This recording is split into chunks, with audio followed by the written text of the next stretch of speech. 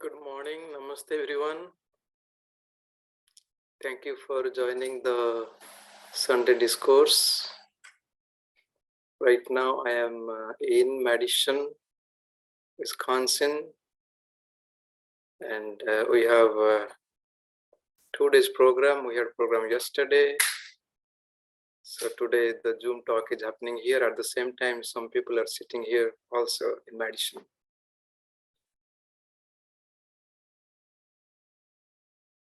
So today the plan for the discourse is we'll focus on one verse from the Bhagavad Gita. It is from the chapter 6. I hope you all will enjoy that beautiful verse, which is very much related to our practice. So we'll start with a small prayer.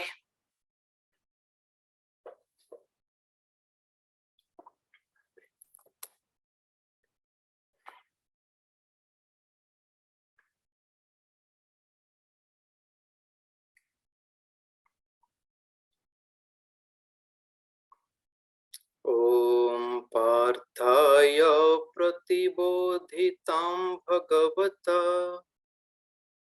Narayanena Swayam Vyasena Gratitam Purana Munina Madhe Mahabharatam Advaitamritavarsinim Bhagavatim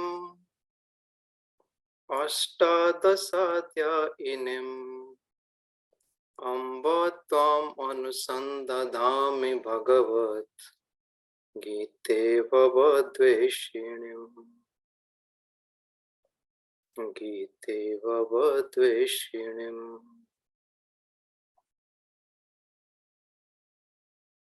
In this beautiful prayer, we are praying to Bhagavad Gita, who is addressed here as the Divine Mother.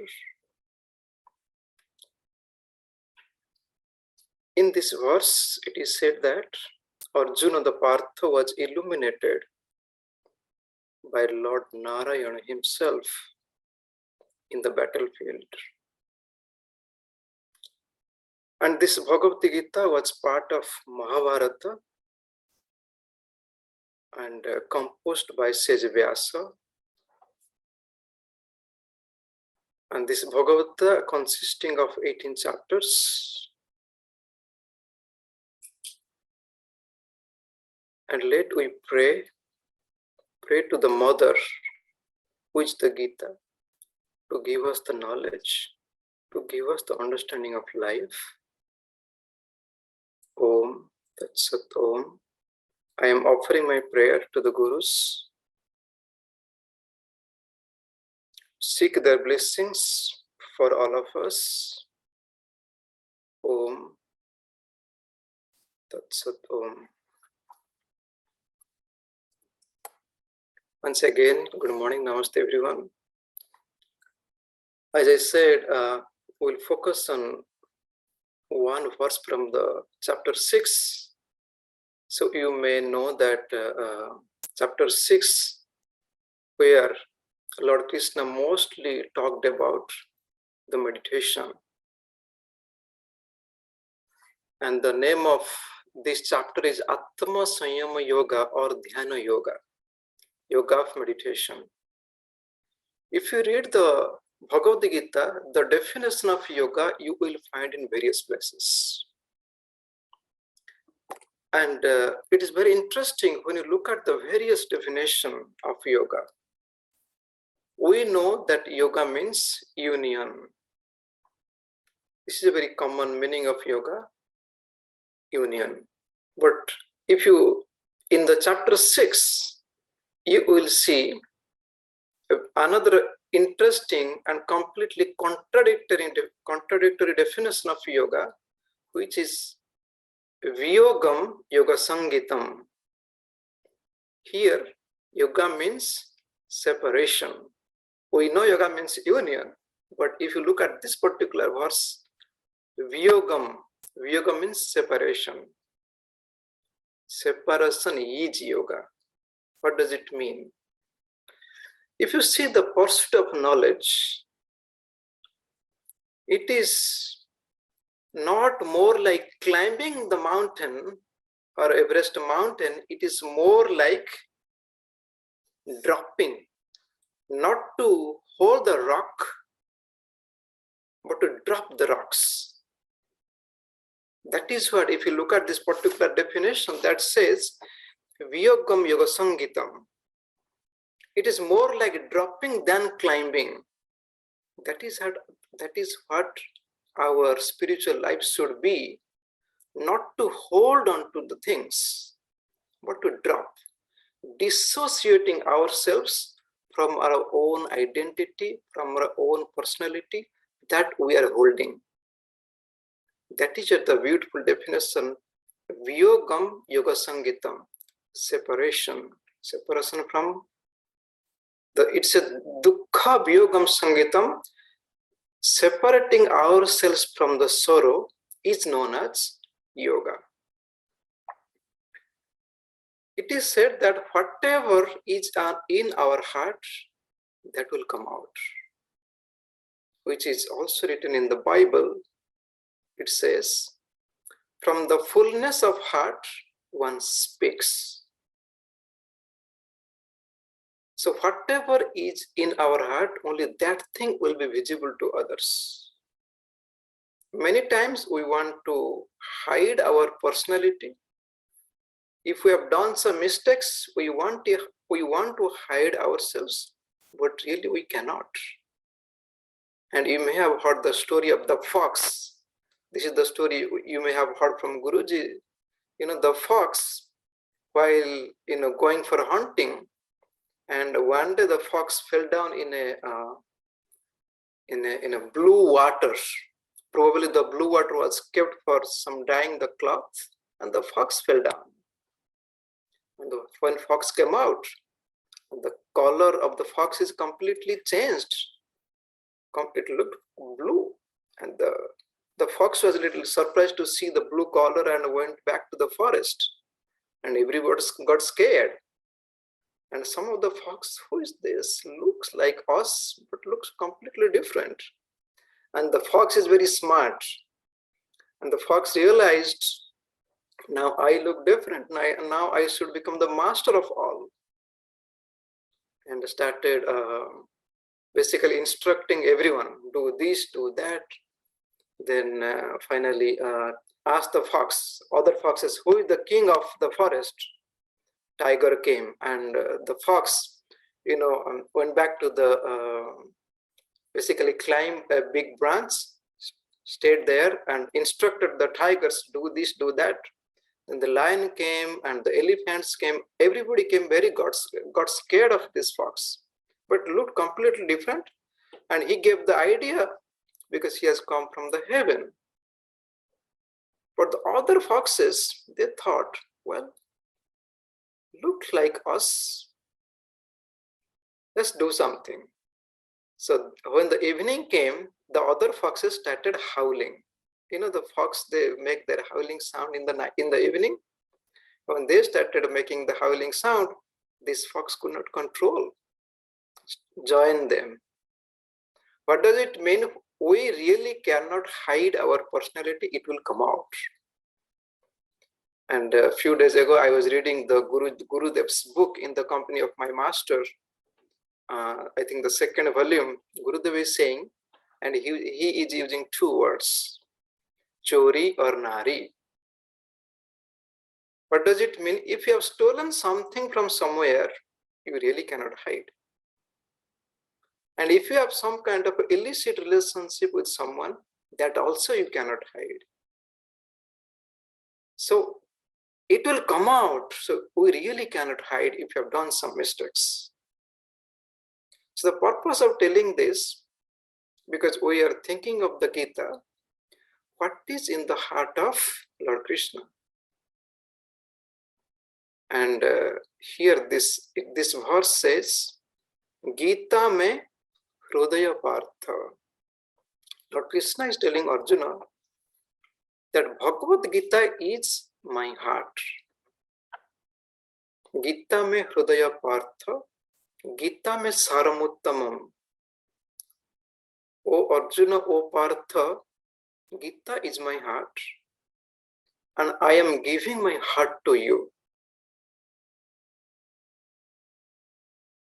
You know, when we have our relationship, you know, whom we love the best, we want to give our heart to the person. Here, Lord Krishna, by teaching the knowledge of the Gita, is saying, I am giving my heart to you, O Arjuna. And if you have read Bhagavad Mahabharata, you will find the love, the relationship between Arjuna and Lord Krishna. And they loved each other so much. It is unbelievable, unconditional love towards them. You know, there are some stories where you will find when the Lord Krishna was praying. Lord Krishna was praying and Arjuna saw and came to Lord Krishna and asked him, I saw you are praying. What are you praying? Lord Krishna is saying, I am praying to God. Let our relationship be eternal. Let our understanding live forever. That is why it is said that in the Mahabharata, Krishnasya Atma Dhananjaya, Dhananjaya so Atma Krishna. What does it mean? Lord Krishna's soul is Arjuna and Arjuna's soul is Lord Krishna. They had that much of loving relationship between each other, and you have seen in the battlefield of Mahabharata where Lord Krishna accepted the role of the chariot driver.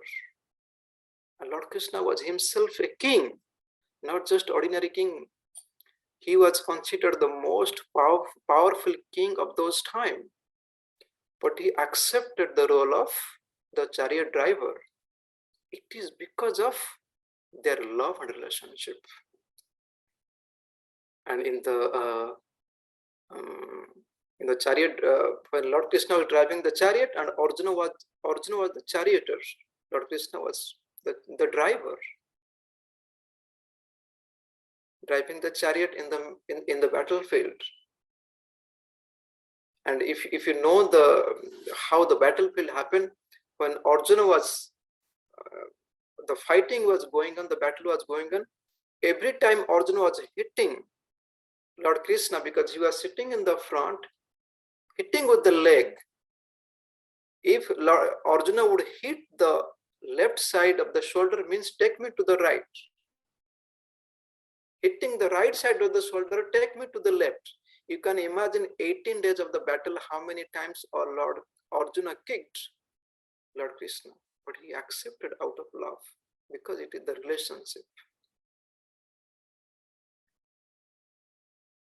Now the question is, if Lord Krishna loved Arjuna so much, in the same way, does God love us? We know that God is love. God has unconditional love towards us. This body is a chariot. And Lord himself is the charioteer sitting inside us. Sitting inside us and driving this chariot.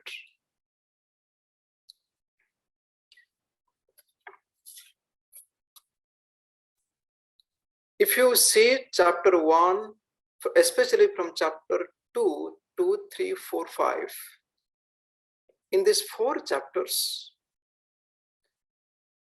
Lord Krishna extensively talked about Karma Yoga.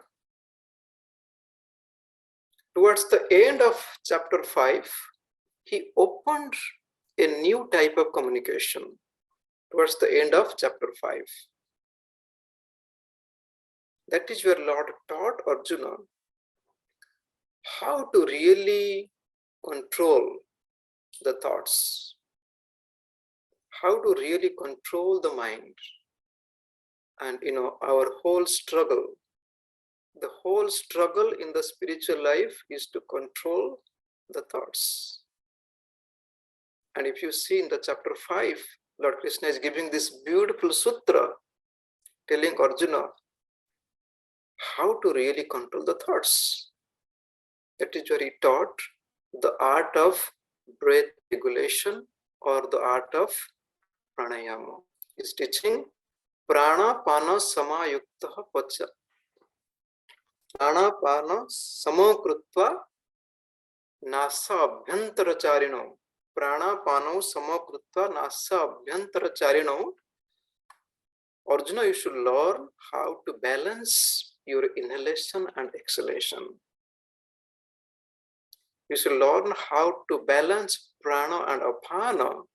And when you balance the prana and apana, then you will see your breath is not moving, or especially the hot air is not moving out of your nostril, it is moving inside. And that is our goal. By practicing pranayama, we should be able to reach where the hot air is not going out of the nostril, it is moving inside. That is what he said, nasa abhyantaracharino. And as Lord Krishna tries to enter into chapter 6, as I said here in the chapter 6, he opened a new type of communication. The spiritual practice can be of two folds or two kinds, external and internal practice. Up to chapter 6, as I said, chapter 2, 3, 4, and 5, in these 4 chapters, especially he talked about karma yoga. Karma yoga means worshipping divinity through karma yoga. It is external form of practice. One can experience God, one can experience divinity in one's own life by performing karma yoga. Karma yoga is not like you do a lot of activities. That is not karma yoga. Karma yoga is how to perform the action. In the beginning of chapter 6, especially the first 2 verses, he again opened up karma yoga. And he said, Annashritaha karma phalam. How to perform the action. What kind of karma is to be done without expecting much of the result, giving up likes and dislikes. One should perform the action, and that is explained in the first 2 verses of chapter 6.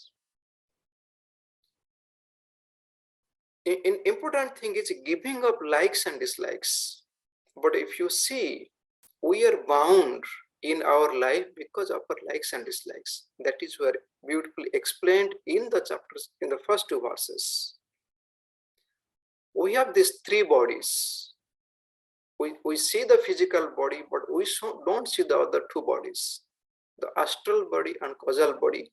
So here it is suggested, when you have the 3 bodies, use the 3 bodies for the benefit of others. That is how the karma is to be performed. Through physical body, serve others, so that people can be benefited by your service. Through astral body and through causal body, also think how you can benefit through your prayer, through your meditation. By positive thinking, you can also help others. So we have the 3 bodies. By using these 3 bodies, let we serve others. That is why it is explained in the first 2 verses. Now, because the goal is to enter into more of meditation aspect, here what happened in the chapter 2, verse 2, not chapter 2, verse 2, chapter 6. Lord Krishna used one word, sankalpa. The word is sankalpa, S-A-M-K-A-L-P-A, sankalpa. sankalpa. And this word, and if you analyze this word, you will find this is the most, or this is the one of the most important obstacles in our spiritual practice. Or I would say the only obstacle to our meditation is this particular word, sankalpa. What does it mean? You can split this word into two, sam and kalpa. Sam means perfect. Kalpa means kalpana. Kalpa means imagination. So sankalpa means perfect imagination.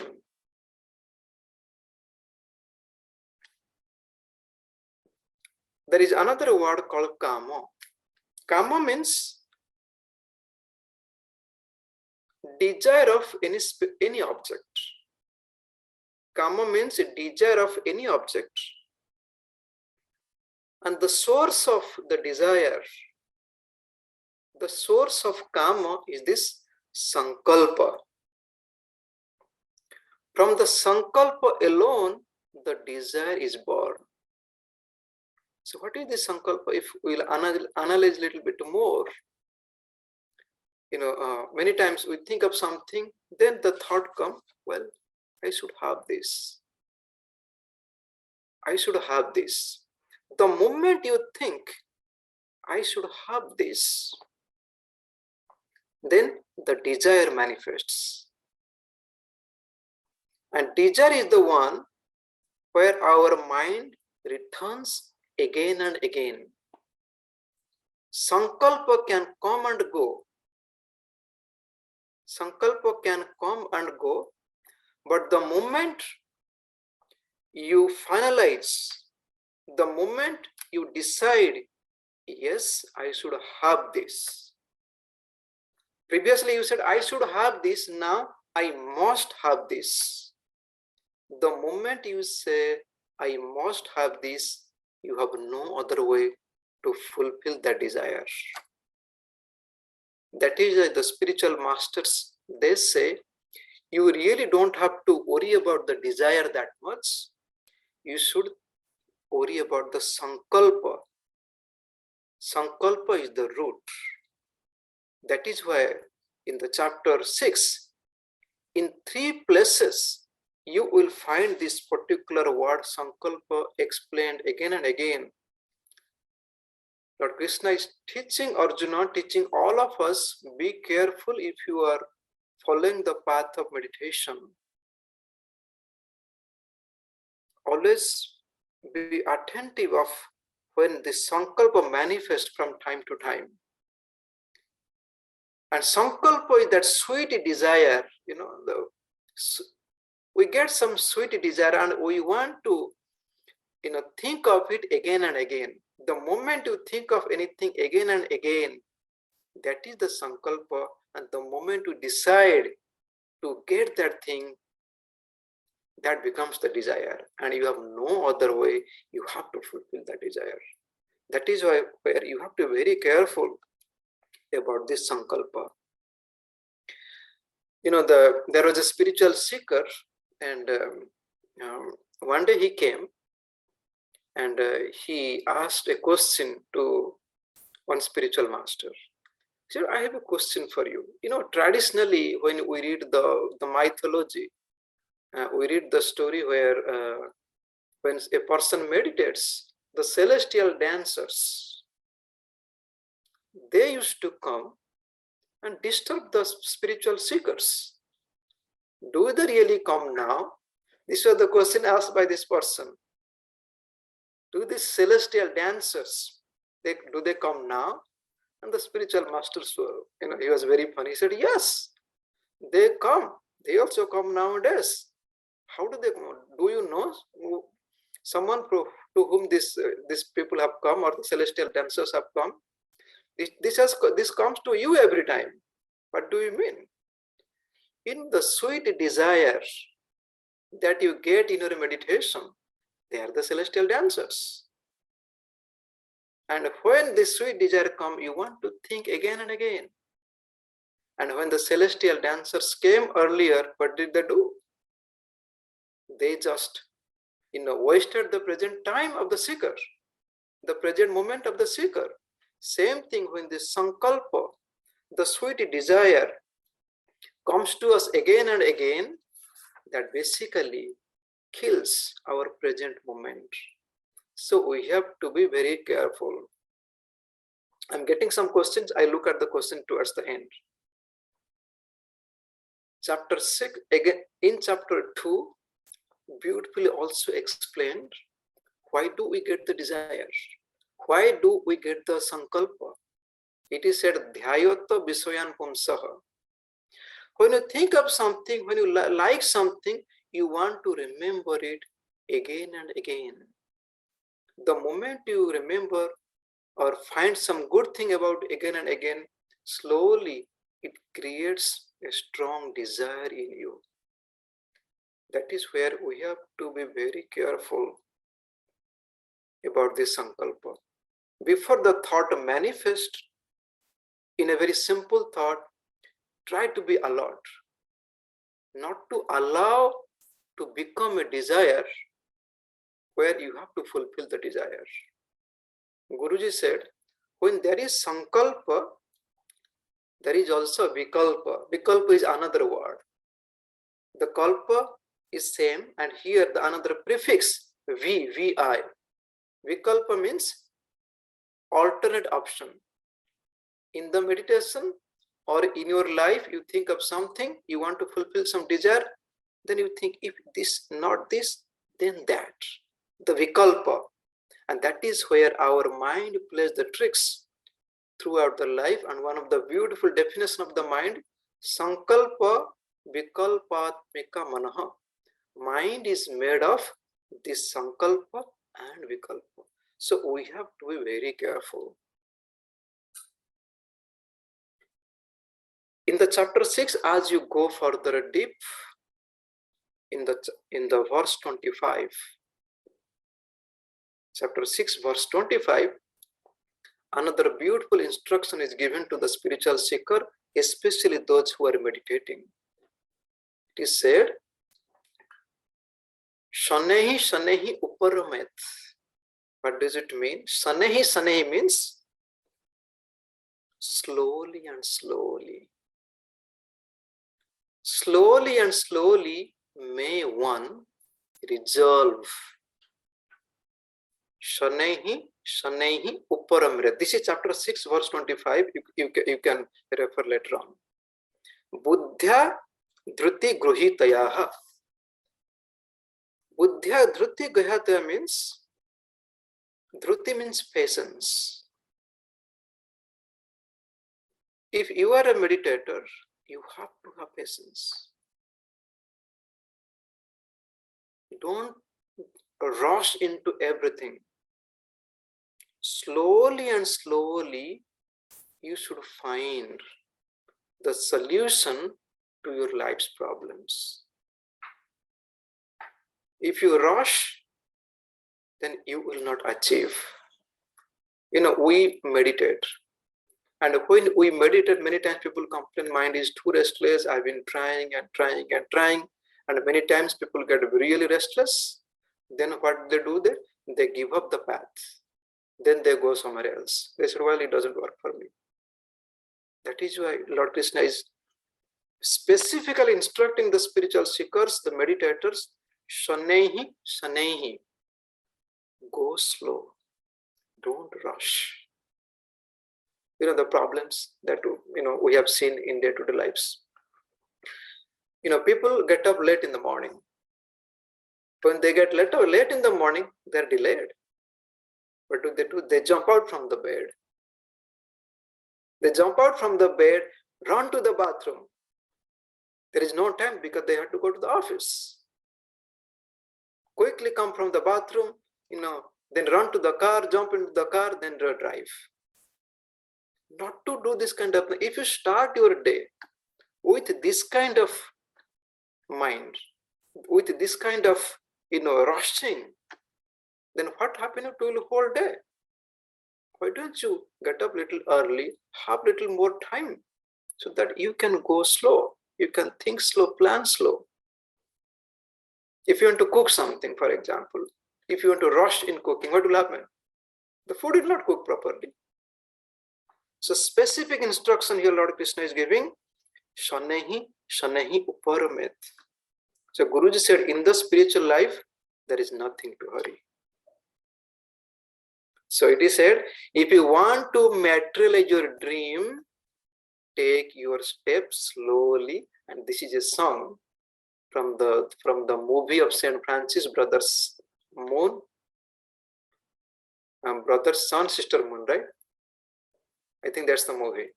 If you want to materialize your dream, take your step slowly. So shanehi, shanehi uparamet.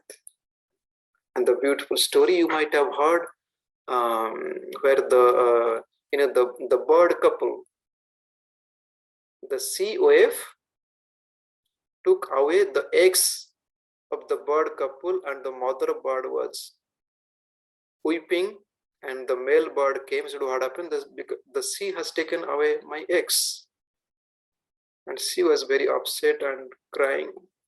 The male bird said, "Don't worry, I will dry this sea."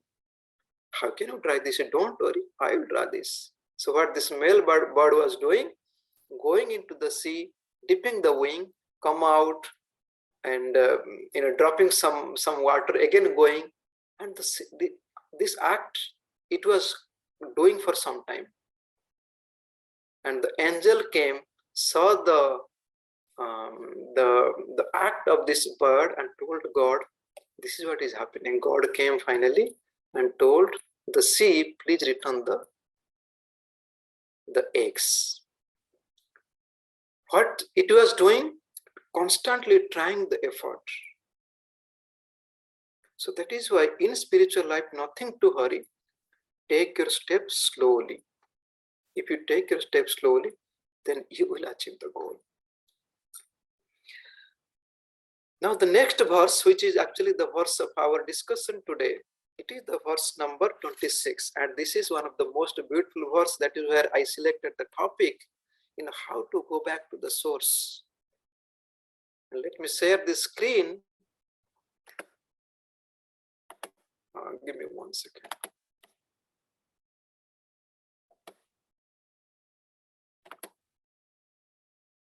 I hope you're able to see the screen.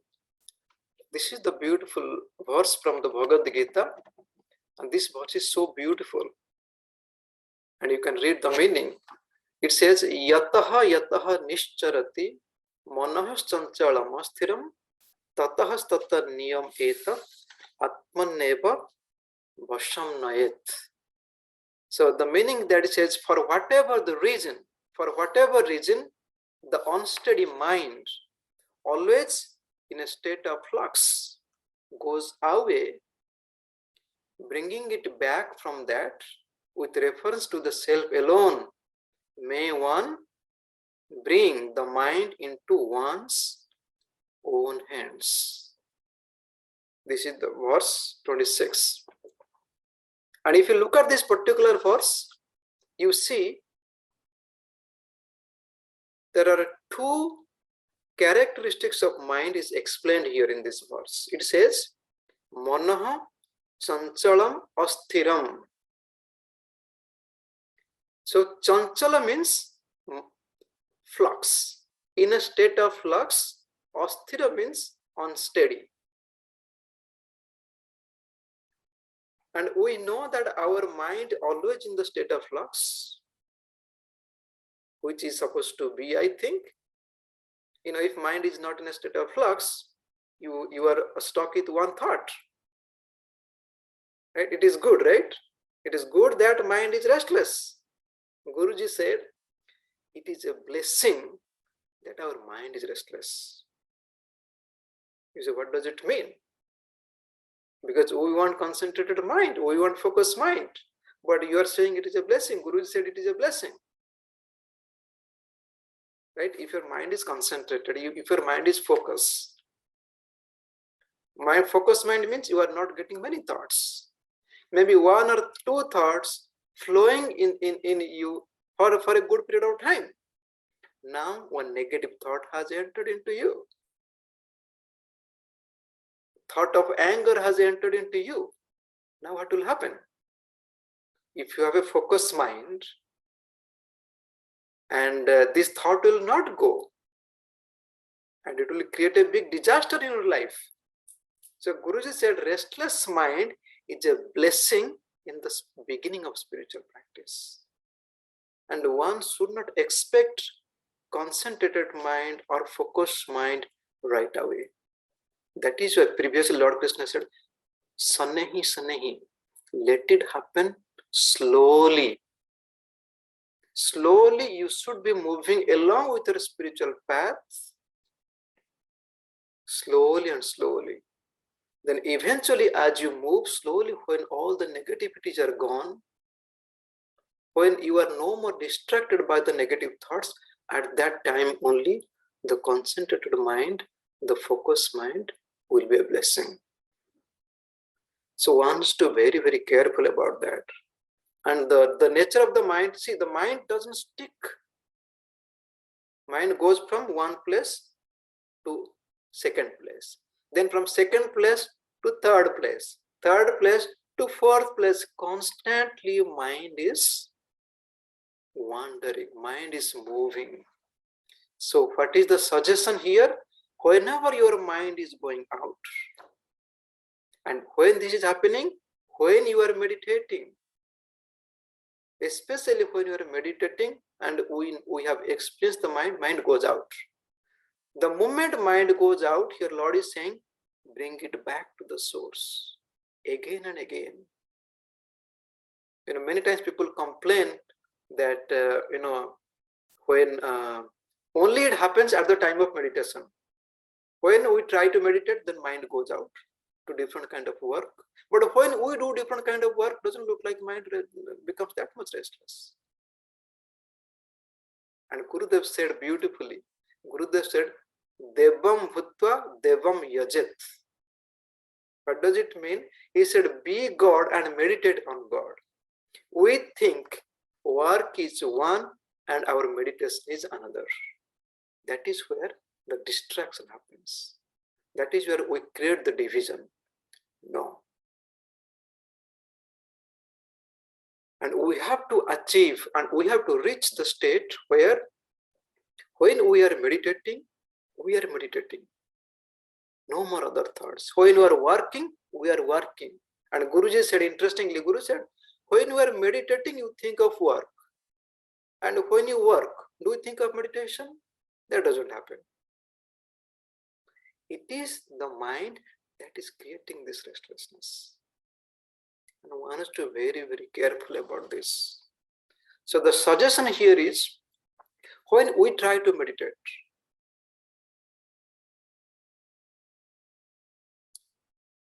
don't keep any sankalpa, don't keep any desire that right after my meditation, I will do this. You understand what I'm saying? When you meditate, don't plan something right after the meditation. The moment you plan something after meditation, I will do this, then mind would start to wander. It is suggested, keep some space between your meditation or you finish the meditation and when you are going to start some work. If you keep some space, especially a couple of hours space, then mind will not wander that much. And if you plan after the meditation, I'll do the shopping, I'll do the cooking, and in the middle of the meditation, what will happen? Mind will start to wander. That is where the moment it is said, the moment the mind wanders, you bring back to the source. And in Kriya practice, we know the moment mind wanders, bring you back to our focus of the concentration. Means focus on the breath, concentrate on the chakras. That is the easiest way we can eventually control the mind or control the thoughts. Not to expect that it will happen right away.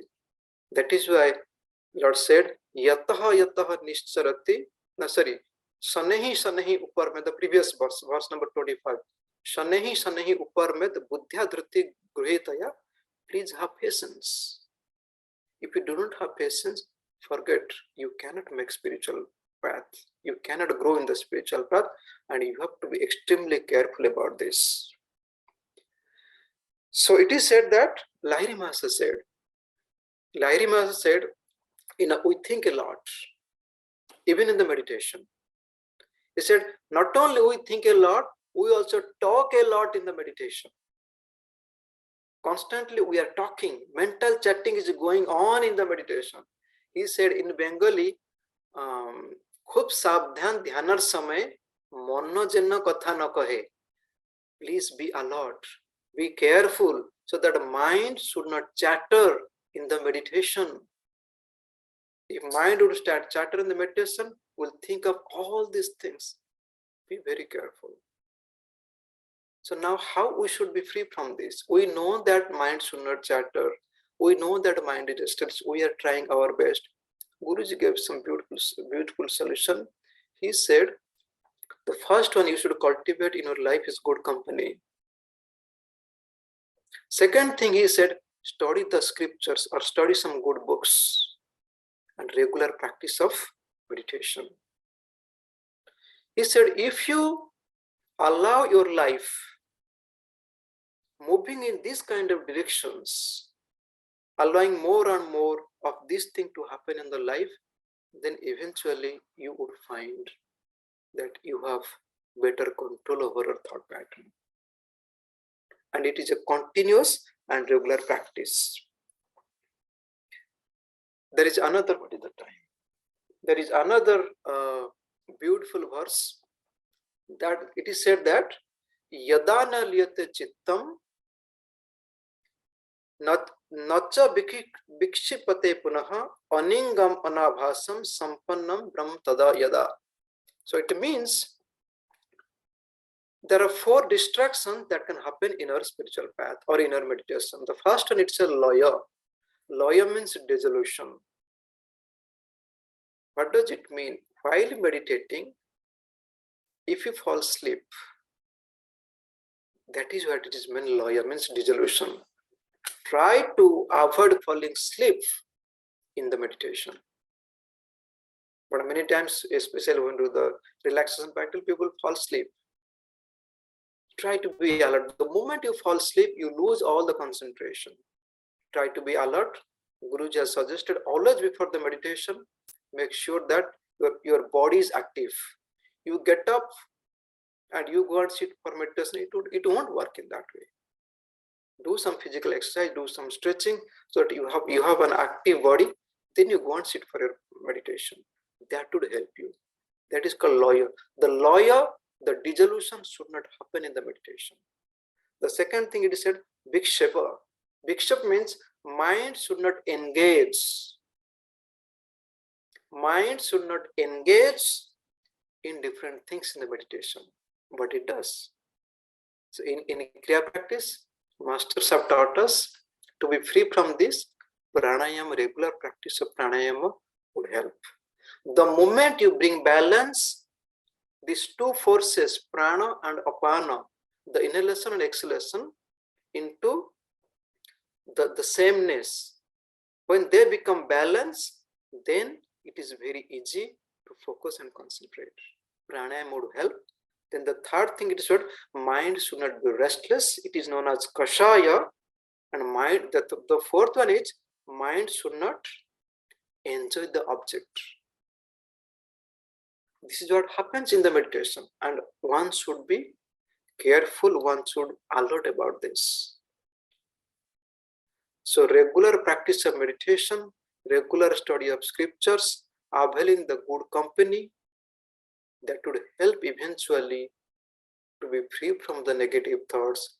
That is where one can experience the true state of meditation. Says Patanjali said, Dirgha Kala.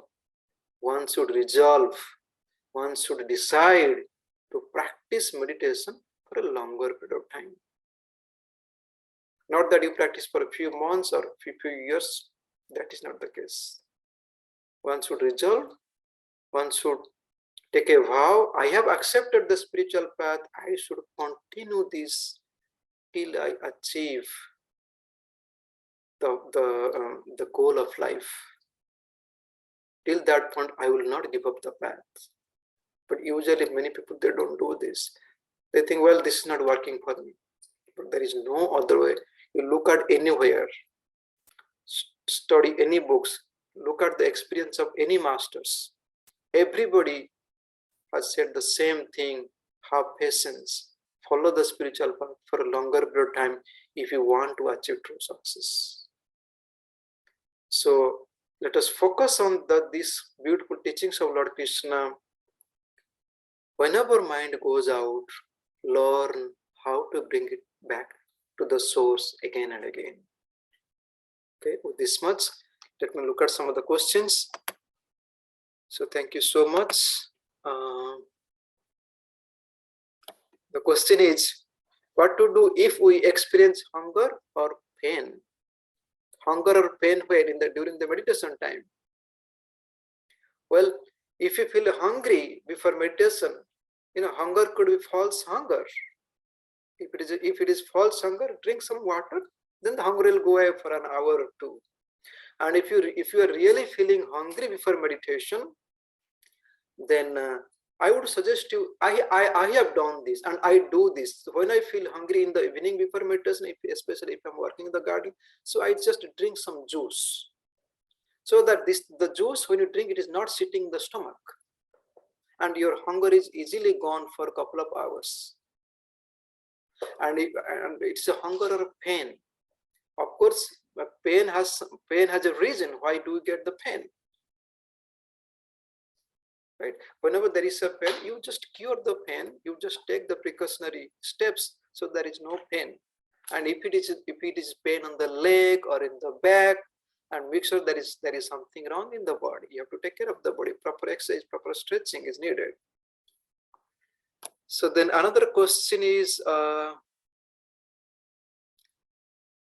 question is, the question is about sankalpa. I told you the meaning of sankalpa means the perfect imagination. Here there is sankalpa in the puja. When people do the puja, they do the sankalpa. Sankalpa, another meaning of sankalpa means vow. You take a vow that why you are performing this kind of the puja, any kind of ceremony, and that is also called sankalpa. Yes, you can take the sankalpa that I am performing this ceremony for this. When we do any kind of ceremony or any kind of fire ceremony, we do the sankalpa. We say we are performing the ceremony just to help the mankind. That is also sankalpa. Then another question is an absence of desire as dangerous as a negative desires? Of course, negative desires are not good. Can desire be used as a tool to the spiritual seeker? Of course. What kind of desire? We need to have some desire. Negative desire or positive desire? Initially, to avoid the negative desires, you need some positive, inspiring desires. But eventually, to get rid of both negative desires and positive desires. I think these are some of the questions. The verse we discuss from chapter 6, verse 26 and 25. Thank you so much. Please close your eyes.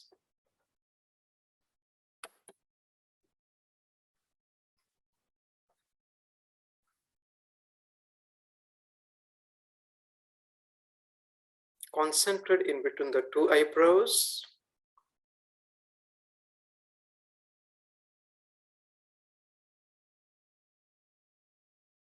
Observe the breath.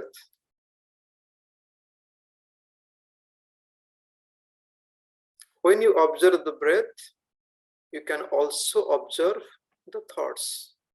Different kinds of thoughts you would experience coming to you.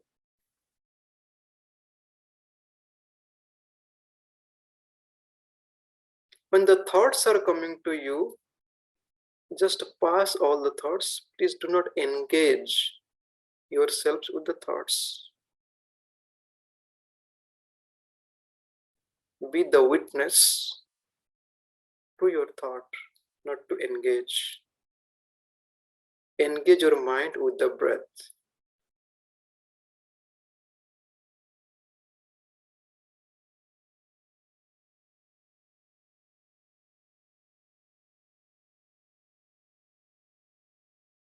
As long as you are alert, as long as you are conscious, you can focus or concentrate. The moment you become unconscious, then the thoughts take away. The moment you realize that thought has taken me away, you can bring it back to the breath. In between the two eyebrows, concentrate. Every breath with love.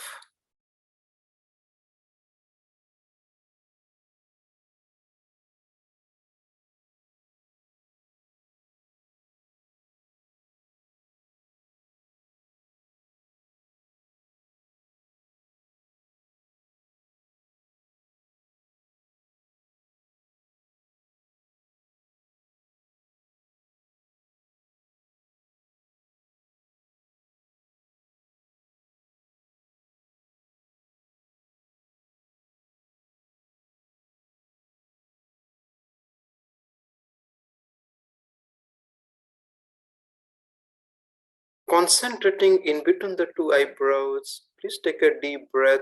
Inhale, hold, slowly bend in the front and do the bow and exhale.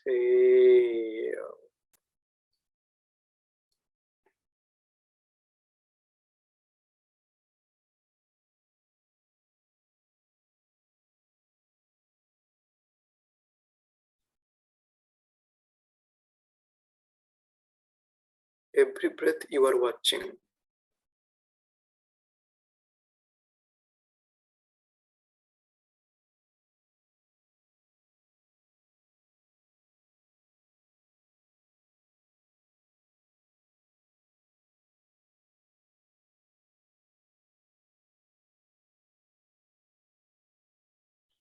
Take another deep breath. Inhale, hold, sit straight. Then exhale.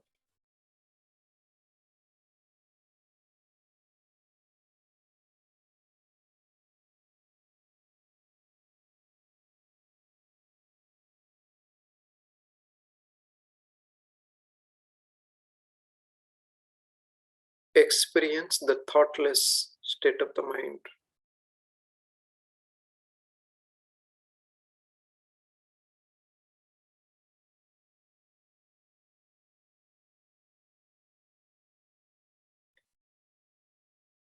Be aware of every breath and every moment.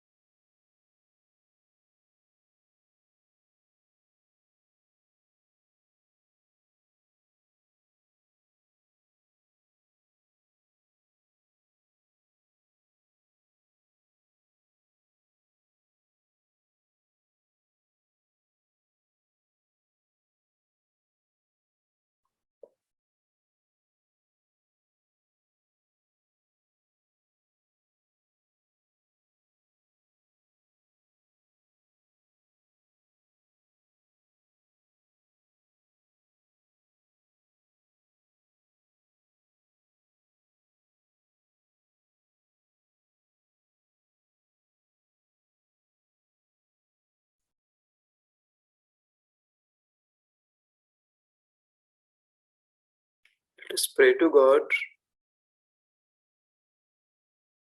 Let us pray to the Masters.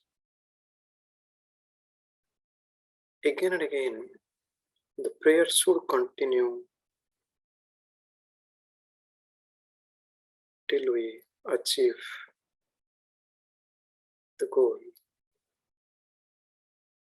The practice should continue till we achieve the goal. The effort should continue till we achieve the goal. For that, we need the patience.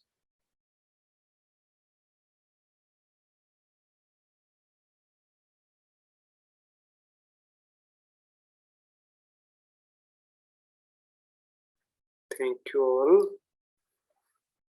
God bless you all.